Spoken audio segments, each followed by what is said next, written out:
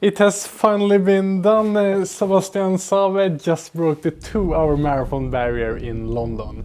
And when you start dissecting this performance, you quickly realize just how extreme it actually is. And we didn't only have one runner under 2 hours, we had two, which makes this race even more insane. Because this isn't just a fast marathon, this might be one of the greatest endurance performances we have ever seen. So today I want to break down how good this really is, if it's even believable for a human being, and what we everyday runners can actually learn from it. Before we go any further, we need to clear something important, in my opinion, up. Because I already see people saying, oh, Kipchoge already did this long ago. And I've seen comments like this one. Let me get my phone and I will read it out. This is what this comment said. I mean, technically, he's not the first man to run a sub-2. He's the second. Just so happens that the first guy doesn't count in official records.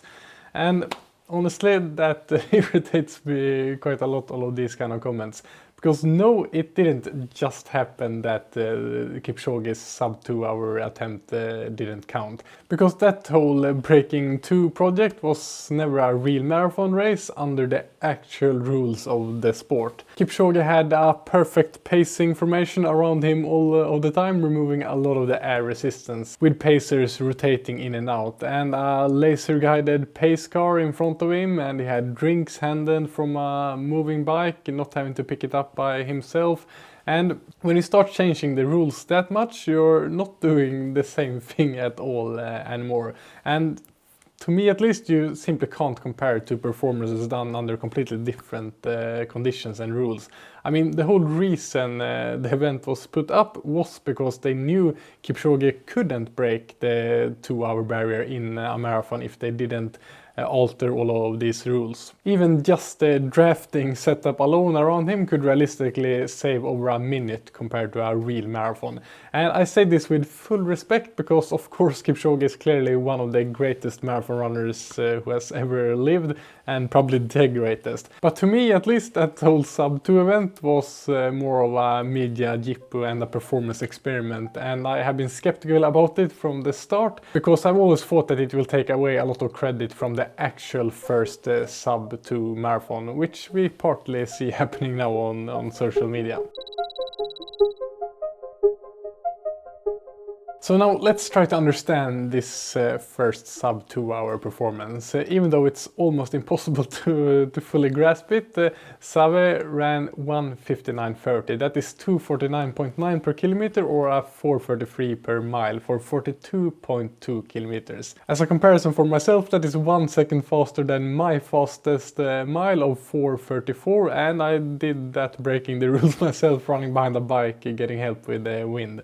And even with that, I couldn't even hold his pace for a single mile, when I was also in one of the best shape of my life. And he held this pace as an average pace for 2 hours, and it's honestly hard to understand what it takes for a human to keep that speed for that long.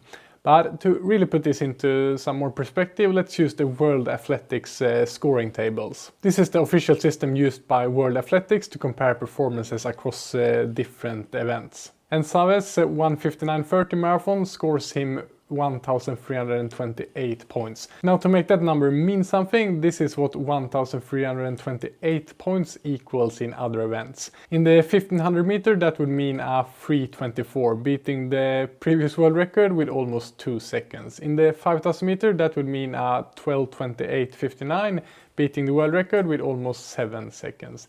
And in the 10,000 meter, that would mean a 25:58, getting under that 26 and beating the world record with 13 seconds. In the half marathon, it would mean 56:35, beating the world record with almost a whole minute. And in the marathon, he just broke the previous world record with over a minute with his 1:59.30. Now, just to be clear, I'm not saying that Save could go out and run 3:24 for a 1500 meters. That's a completely different sport in many ways, but what this shows is something simpler. According to the official scoring system, this performance is simply one of the most groundbreaking performances in running ever. But with a performance like this, it is natural that people start asking questions if this is really believable. Now let's discuss this darker topic that is always speculations around when someone does something this groundbreaking that we just saw happening. Before we go further on this topic though, I want to say this clearly. I would never accuse an athlete who has not been caught for doping. But I do think it's fair to talk about why people are skeptical. Because if you've been following distance running closely, you know that a lot of elite athletes have been caught over the last years. And when that happens again and again, it's natural to be skeptical to everything you see at the highest level, especially when many of those cases come from the same environment. And honestly, that's part of the reason I personally find it harder to enjoy these races and be a fan of following elite running. You even see big running influencers like Jake from the YouTube channel Ran to Japan taking a pretty clear stance, saying things like this is basically the enhanced games we just witnessed. Personally, I think that is too harsh since we don't have any evidence of these athletes cheating at all, but I totally understand where it comes from, because if we look at it from a logical standpoint, there are really only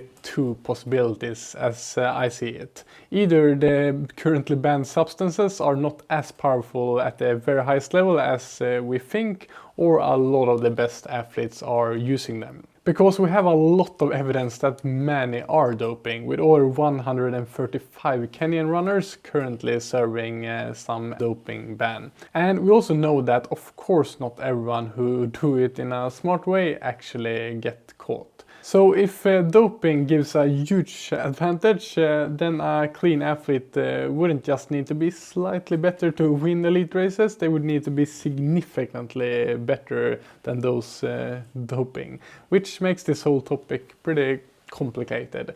But with that said, Xavi has reportedly been open about anti-doping, and his sponsor has even paid for additional testing, which is at least a really positive sign. And again, I'm not making accusations and really hope all of these runners running these insane times in London are clean. But given everything that has come out in recent years, I think it's fair to say that we have a huge trust issue in the sport. But instead of speculating about things we don't know about, let's try to learn something from these insane performances and what made them possible. And let's start with the legal performance enhancers we actually know Sub is using, which I think is a big part of this breakthrough. First, we need to talk about shoes. Since the super shoe revolution, we know that these kind of shoes make a real difference, especially in the marathon. They reduce muscular damage, improve running economy, and besides the advantages in the actual race, they also likely allow athletes to train more over time. And this generation of great marathon runners we see today have likely had access to this kind of super shoes to train and race in for most of their elite career, which I really think allow runners to train at a higher level, doing more mileage with less risk. And when it comes to racing performance boost, I think this last year we have actually taken another jump in these shoes. Both of the runners running under 2 hours in London were using the new Adidas Adizero Adios Pro Evo 3. And this shoe weighs around 97 grams. So I think this is the next big revolution and step in the running shoe technology.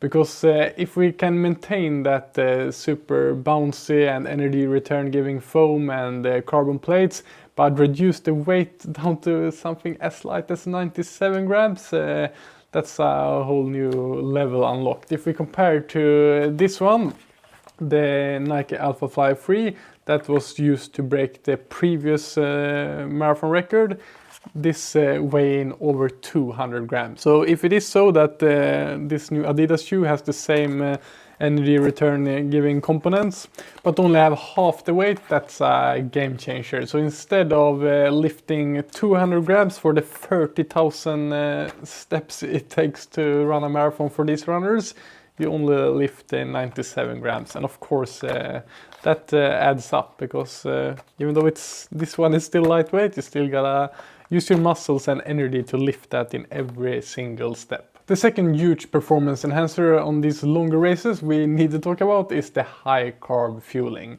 Sub reportedly took in around 115 grams of carbs per hour, and athletes are now training their gut to absorb huge amounts of carbs, which is made possible partly through this gut training and also using a mix of glucose and fructose. And if you ever tried this yourself, pushing above 100 grams per hour in longer races, you know it changes everything. Last year I started experimenting a lot with this myself, and you simply don't hit the wall in the same way. And I've never felt so strong in ultra races as I've done when I managed to be above 100 grams of carbs per hour through the whole race. And yeah, you don't get tired the same way simply because you never deplete your glycogen storage. And also here you don't only have advantage of it in the actual race. If you use high carb fueling in your training, it will allow you to recover faster and do more high quality training simply. So I think this is a big game changer as well. And when you combine that the high carb fueling with the extreme shoes that also likely reduce muscle breakdown during the race, you suddenly are able to finish extremely strong, which might explain how he was still running incredibly fast at the end of the race and speeding up a lot by the end, running a mile split of 4:12, which is... yeah, that is hard to understand, to do that in the middle of a marathon, or actually by the end of a marathon. I mean, most runners could only dream of running one single mile in 4:12. The third legal performance enhancer I think matters in this case is bicarbonate. It's also reported that Sub used bicarbonate pre-race. And this has been around for a long time, but newer formulas of taking it makes it easier to tolerate for the stomach. And from personal experience, racing with bicarb feels completely different as well. Fatigue just don't hit the same way. Now it's need to be said that the evidence is stronger for shorter events, but I do think it plays a role here as well. And I also think it's a new thing that more and more runners are starting to experimenting with bicarb for marathons. And going forward, we will likely see more studies and more people implementing the use of bicarb in longer races as well. I already heard people using it in ultra marathons, so there is something there that at least the elite believes in. So it will be interesting to see how much of an impact this actually has. But still, the biggest legal performance enhancers helping with a performance like this, I think, is the shoes and the high carb fueling. But none of all of this matters at all if you don't train really well. So let's talk about Sav's training and see what we can learn from that. And when I started looking into what's publicly available about his training and preparation, a few things stood out. First, no surprise, he do very high volume, up to around 150 miles per week or around 240 kilometers. And this reinforces something important. For the marathon especially, but for most distance running events and for most people, your biggest limiting factor is often your total training running volume. And for most of us, we are nowhere near our ceiling, so finding safe ways to increase volume is one of the biggest keys to actual improvement. And secondly, he seemed to train very specifically for the event. He do pretty hard long runs prior to the race, and he's reported to run 40 kilometer long runs. And before the London Marathon last year, it was said that he have run one of those sessions in 2:04. So a bit slower still than compared to his insane marathon pace, but still really fast long run. And are extremely relevant stimuli where he gets good at what he's going to race at to withstand that distance with a long and sustained effort, which is what marathon running is. Besides that, he seems to do a lot of, for him, easy controlled running, which should be the backbone of all runners, because this allows him to hit this high mileage in a safe way and mix it with some shorter interval sessions in between. What I also found interesting looking into his training is that he is reported to regularly do short hill sprints of just 80 meters, so short bursts up a hill, which might seem odd to some people for a marathon runner to do short sprints like that. But personally, I really do believe in this as a great neuromuscular stimuli, basically super relevant strength training for all your running relevant muscles. And you need some of that pop in your legs and explosivity to run a 4:12 mile by the end of a marathon. Other than that, at least looking at what's available online about his training, it doesn't seem he does something super special in his training, which is not a surprise either. Basic training work, and honestly this also highlights something else. I think a lot of the elite runners are actually doing very similar training, and at a certain level, of course, genetics matters a lot. Many runners could follow similar training and still never come close to his level. Of course, if you can get your body to run that kind of mileage and those great sessions, you will become an extremely good marathon runner, but you're not going to run sub-2. That takes some insane natural born genetics as well, of course. But with all this said, great genetics and of course great training will still not allow you to get out your full potential if the race execution isn't optimal. So let's talk about that, and there are some things we can learn from this as well. As mentioned, what made this London Marathon so exceptional was that he was not the only runner running crazy fast. With 3 runners actually breaking the previous marathon record in this race. He was pushed the entire race by the second place finisher, Yumif Kielsha, who by the way ran a sub-2 hour marathon. Crushed the old marathon world record, but still only finished second in his debut marathon, which is really impressive as well. And it must be pretty special to never have run over 2 hours in the marathon. But anyways, these runners competing head to head, I actually think matters a lot for this performance, because this is something I, and probably you as well, has experienced a lot, that some of the best performances, at least I have made, always come in those situations when you race someone else, when you're not just running for a specific time, but racing and trying to win a race. At least if you're a competitive person like I am, it seems to bring something extra out of you. And I honestly don't think we would have seen this fast of a time if Save was running alone for most of the race. Also, we really need to talk about the pacing, because he ran a, for him, very controlled race and finished extremely strong, as we talked a bit about. Running the first half marathon in 1 hour and 29 seconds and the second in an insane 59:01. And if you at all levels can know your shape well enough to pace your race to run a negative split like that, that is 100% the way to go, especially in the marathon. Not only will it give you a much greater and less painful racing experience, you will probably also run a lot faster time and be able to kick hard at the end of the race. What is really interesting now, if we look at the 6 fastest marathon times ever ran, 5 of them are really clear negative splits. It's only Kipchoge's fastest time that stands out as a positive split. Maybe he could have run even faster with a more conservative pacing. At least I believe this is the way to race a marathon. So where does all of this leave us? For me, it's simple. This is, of course, a historic moment in running. Breaking 2 hours is insane to do in a real marathon. That's something we've been waiting for a long time, and at the same time, I also really do understand why there are a lot of comments, a lot of skepticism and questions. And sadly, thanks to the cheating we have in the sport, that is a part of it, and that is not the fault of these athletes that are hopefully clean, but yeah, we have a clear trust issue in the sport. But now I'm really curious, what do you think? Do you think we will see a lot of sub-2 hour performances going forwards, or was this a special moment that will be hard to replicate? Let me know in the comments down below, and I'll see you in the next video.